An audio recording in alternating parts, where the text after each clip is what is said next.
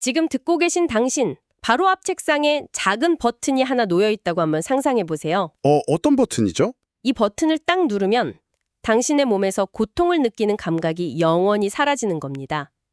책상 모서리에 새끼발가락을 세게 찧어도 충치 때문에 신경이 다 썩어 들어가도 아무런 통증을 못 느끼게 되는 거죠. 와, 그거 진짜 엄청난 초능력 얻는 기분일 것 같은데요. 솔직히 당장 누르고 싶다는 유혹이 확 들잖아요. 그렇죠. 그런데 이 버튼을 누르고 나면 당신은 아마 한 달도 채 되지 않아서 심각한 부상을 입거나 생명을 잃을 확률이 아주 높습니다. 아, 통증을 못 느끼니까 몸이 망가지는 걸 모르는 거군요. 맞습니다. 지식과 새로운 통찰을 갈망하며 이 자리에 오신 당신 환영합니다.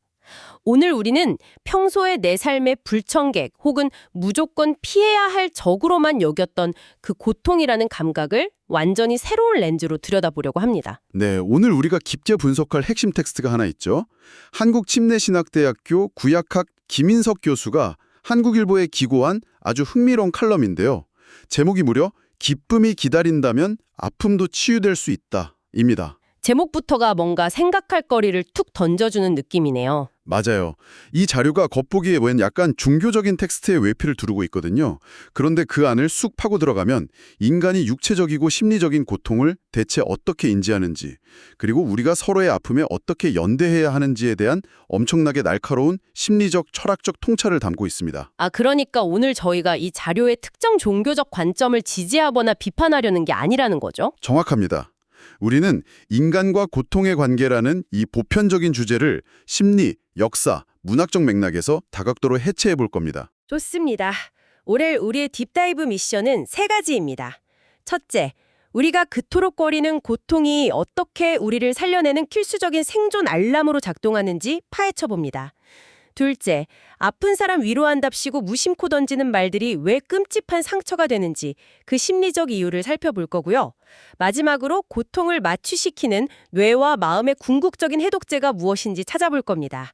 자, 그럼 이 복잡한 주제의 포잡을 하나씩 벗겨볼까요? 네, 첫 번째 미션부터 가보죠. 아까 말씀하신 그 고통 제거 버튼 이야기요. 치과 의자에 앉아서 신경치료 기다릴 때 진짜 간절하잖아요. 제발 누가 통증 스위치 좀 꺼줬으면 좋겠다. 막 속으로 외치죠. 그런데 아까 말씀하신 대로 그게 고장나면 생존에 치명적입니다. 아주 일상적인 상황을 예로 들어볼게요. 팔팔 끓는 냄비를 맨손으로 덥석 잡았다고 쳐보죠. 상상만 해도 끔찍하네요. 정상적이라면 뜨거! 하면서 0.1초 만에 손을 확 떼잖아요. 그렇죠. 뇌에서 통증 신호를 강력하게 쏘니까요. 근데 그 시스템이 고장났다면 살갗이 타들어가고 근육이 다 녹을 때까지 냄비를 꽉 쥐고 있을 겁니다. 와, 고통이 나를 구하는 절박한 방어 기제라는 게 확 와닿네요. 네. 그래서 칼럼에서 의사이자 베스트셀러 작가인 크리스티언 노스럽의 통찰을 인용하는데요. 이 말이 진짜 명언입니다. 병은 적이 아니다. 병은 그냥 메시지이다. 병이 적이 아니라 메시지다. 듣고 계신 여러분도 한번 떠올려 보세요. 막 회사 일이나 시험 때문에 며칠 밤새우고 무리했을 때 어느 날 아침에 일어났더니 혓바늘 돋고 몸살 나서 침대에서 못 일어났던 경험 있으시죠? 다들 한 번씩은 있죠. 생각해보면 그 강제적인 몸살 통증이 없었다면 우리 아마 쓰러질 때까지 컴퓨터 앞을 안 떠났을걸요. 맞아요. 몸이 이제 제발 좀 멈추고 쉬어라. 안 그러면 시스템 다 망가진다. 이렇게 구조 요청을 보내는 겁니다. 칼럼에 아주 흥미로운 시각 자료가 하나 나오거든요. 어떤 그림이죠? 1856년에 윌리엄 심슨이라는 화가가 그린 야전병원 풍경이에요.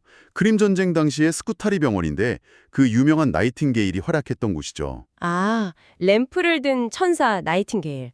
그 그림이 왜요? 그림을 보면 참혹한 전장인데도 부상당한 병사들이 침상에 조용히 누워서 평온하게 휴식을 취하고 있어요. 그들이 전쟁터 한가운데서 그 쉼을 얻을 수 있었던 이유가 뭘까요? 역설적이게도 그들이 아팠기 때문입니다. 아픔이 그들을 전쟁터에서 강제로 빼내서 쉬게 만들었다는 거군요. 바로 그거죠. 배고프면 꼬르륵 소리 나고 졸리면 눈꺼풀 무거워지잖아요. 아픔 역시 생존을 위해 지극히 정상적이고 필수적인 삶의 일부라는 뜻입니다. 저기요, 머리로는 진짜 완벽하게 이해가 되거든요. 나를 살리는 브레이크라는 거요. 근데 막상 열이 39도 펄펄 끓고 온몸이 몽둥이로 맞은 것처럼 쑤실 때 참 고마운 메시지구나 하고 웃을 사람이 있을까요? 절대 없죠.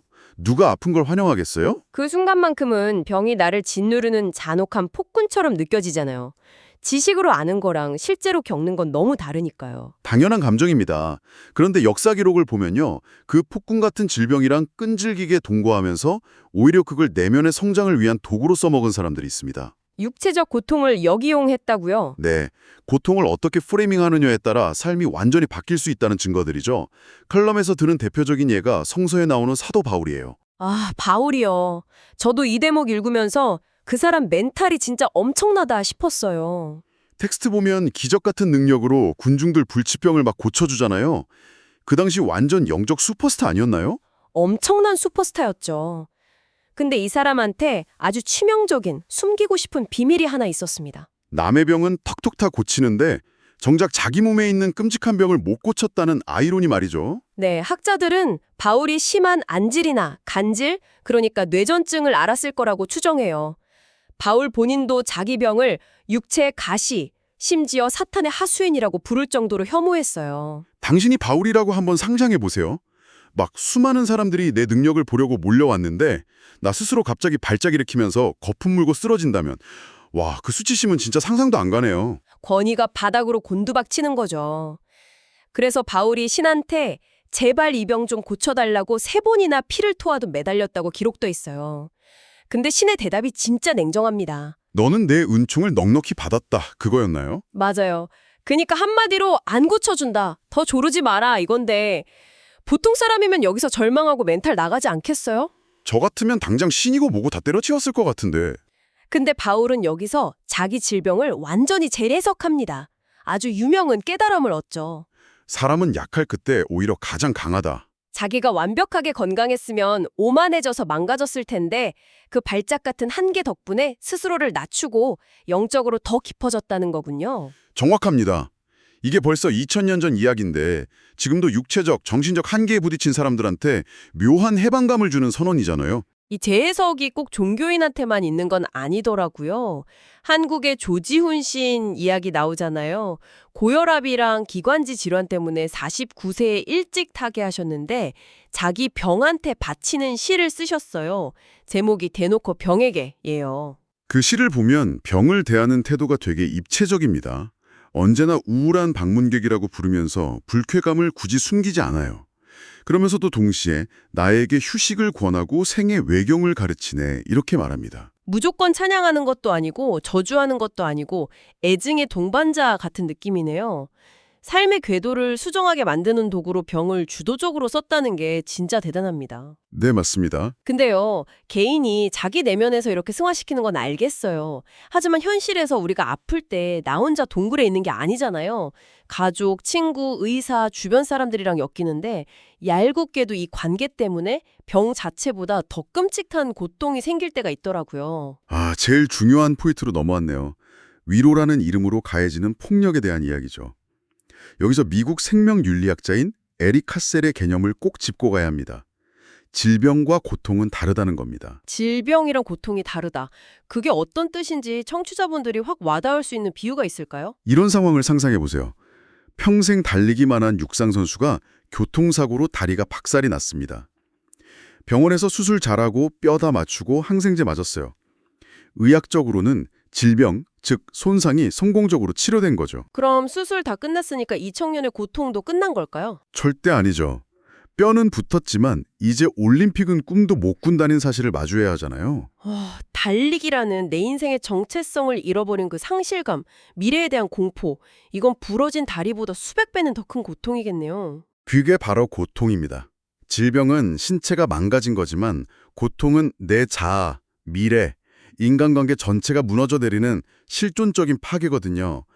카셀은 주변 사람들이 질병만 보고 고통을 못 보기 때문에 엄청난 실수를 한다고 지적해요. 아, 병문안 가서 눈에 보이는 상처에만 꽂히는 거예요?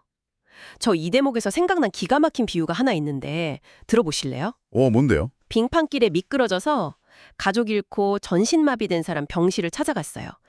그리고 위로한답시고 겨울철 스노우 타이어 정착의 중요성과 안전거리 확보 요령, 이걸 1시간 동안 논리적으로 설명하는 겁니다. 와, 진짜 끔찍하네요.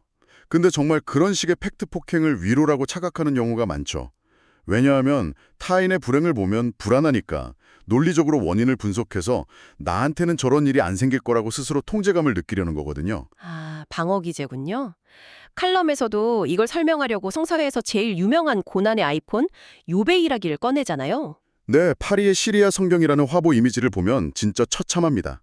전 재산 다 날리고 자식들 다 죽고 자기 몸은 악창이 나서 잿더미 위에서 박박 긁고 있어요. 근데 절친 3명이 위로하겠다고 오죠. 처음 일주일은 같이 울면서 가만히 있었다면서요. 거기까지 완벽했는데. 네, 근데 입을 여는 순간 비극이 시작됩니다. 친구들이 나름의 철학적 분석을 시작해요. 세상에 원인 없는 결과는 없다. 네가 이렇게 고통받는 건 남몰래 엄청난 죄를 지은 거니까 빨리 회개해라. 진짜 미치고 팔짝들 노릇이네요. 아니 근데 잠깐만요. 친구들 딴에는 진짜 도와주고 싶었던 거 아닐까요? 원인을 알아야 해결을 하니까요. 근데 왜 그 맞는 말이 고문이 된 걸까요? 당시 인과응보 논리로는 맞는 말일 수 있어요. 근데 고통의 늪에 빠진 사람한테 논리는 진짜 일도 소용없습니다. 욥한테 필요했던 건 내가 왜 아픈가 하는 해답이 아니라 이 미칠 것 같은 고통 속에 나 혼자가 아니다라는 연대감이었거든요. 다리 부러진 사람한테 골절의 물리학적 원리를 설명할 게 아니라 진통제랑 부목을 대줘야 하는 거랑 똑같네요. 맞습니다. 그래서 욥이 그 차가운 논리에 폭발해서 신한테 막 삿대질하면서 대들어요. 나 억울하다고 소리 지르고. 전 이 결말이 주는 카타르시스가 장난 아니더라고요. 신이 등장해서 딱 판결을 내리는데 바른 말 고운 말 썼던 친구들이 아니라 오히려 분노하고 대든 욥이 옳았다고 해버리잖아요. 네, 타인의 고통을 함부로 분석하고 재단하는 게 얼마나 오만한지 쐐기를 박는 거죠. 김인석 교수가 여기서 한국 드라마 다모의 명대사를 탁 던지는데 이게 에리카 셀이 말한 총체적 고통에 대한 완벽한 처방전입니다. 아프냐? 나도 아프다. 와, 논리로 따지지 않고 그냥 같이 울어주는 거. 그게 진정한 위로네요. 주변 사람들의 공감이 마음의 고통을 덜어준다는 건 확실히 알겠습니다. 그런데 여기서 근본적인 의문이 하나 드는데요. 공감이 좋긴 하지만 그게 내 찢어지는 물리적 통증 자체를 없애주진 않잖아요. 그 극한의 고통을 뚫고 나가게 만드는 더 강력한 뇌의 해독제 같은 건 없을까요? 아주 예리한 질문입니다. 그 의문을 풀기 위해서 칼럼이 제시하는 가장 극단적인 통증 사례가 있어요. 바로 산모의 출산입니다. 아, 인간이 감당할 수 있는 최상의 단계의 고통이라는 그거요. 뼈가 벌어지는 거잖아요. 기 교수님 본인도 아내분 출산 이야기를 적어 놓으셨는데 막 관절을 뜯어내는 듯한 산통을 겪고 불과 몇 분 뒤에 아기를 품에 안았잖아요. 근데 아내 얼굴을 보니까 고문당한 흔적은 온데간데 없고 너무 행복하게 웃고 있었다는 거예요.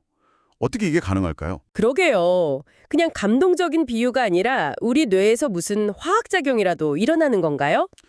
신경과학적으로 보면 아주 경이로운 메커니즘입니다. 핵심은 뇌가 고통을 격업예로 인지하느냐, 즉 인지적 프레이밍에 있어요. 산모의 뇌는 이 통증이 무의미한 게 아니라 새로운 생명의 탄생이라는 목적이 있다는 걸 알거든요. 이 압도적인 기쁨에 대한 기대감이 엔돌핀이나 옥시토신을 막 쏟아내게 해서 통증 신호를 덮어버리는 겁니다. 와, 다가올 기쁨을 인식하는 순간 뇌가 통증 감각 자체를 그냥 릴라이팅, 다시 써버린다는 거군요. 네, 정신승리가 아니라 실제 신경계의 변화인 거죠. 칼럼은 이 출산 메커니즘을 성서의 예수 십자가 처형 사건이랑 병치시킵니다. 십자가형이면 로마 시대 최악의 사형 도구잖아요. 인간에게 가장 길고 끔찍한 고통을 주려고 발명된 거죠. 예수도 처형 앞두고 땀이 피가 되도록 두려워했다고 기록되어 있어요. 근데 결국 도망 안 가고 끝까지 견뎌냅니다. 아, 거기에도 산모랑 똑같은 메커니즘이 작동했다는 뜻인가요? 네, 신약성서 히브리서 12장 2절에 이렇게 적혀 있어요. 그는 자기 앞에 놓여있는 기쁨을 내다보고서 부끄러움을 마음에 두지 않으시고 십자가를 참으셨습니다. 여기서 말하는 기쁨이 바로 인류가 영적으로 새롭게 태어나는 부활에 대한 기대감이거든요. 십자가 위에서 숨이 막히는데도 다가올 새 생명의 기쁨에 초점을 맞췄기 때문에 그 한계를 초월했다. 네, 산모가 새 생명을 안을 기쁨에 산통을 견디는 것과 완벽히 같은 구조죠. 고통이 절대적인 벽이 아니라 뚜렷한 기쁨을 향해 가는 과정으로 인식될 때 인간은 그걸 기꺼이 통과해낼 수 있다는 깊은 통찰입니다. 진짜 여운이 길게 남네요. 오늘 저희가 방대한 인간의 경험을 훑어봤는데 듣고 계신 여러분을 위해 제가 핵심만 딱 꿰어볼게요. 첫째, 육체의 고통은 우리를 죽이려는 적이 아니라 살리려는 경고등이다. 둘째, 아파하는 사람에겐 원인 분석이나 팩폭이 아니라 아프냐? 나도 아프다. 이 연대와 공감이 필요하다. 셋째, 통증을 이겨내고 인간을 웃게 만드는 궁극적 해독제는 다가올 내일의 기쁨과 목적의식이다. 완벽한 요약이네요.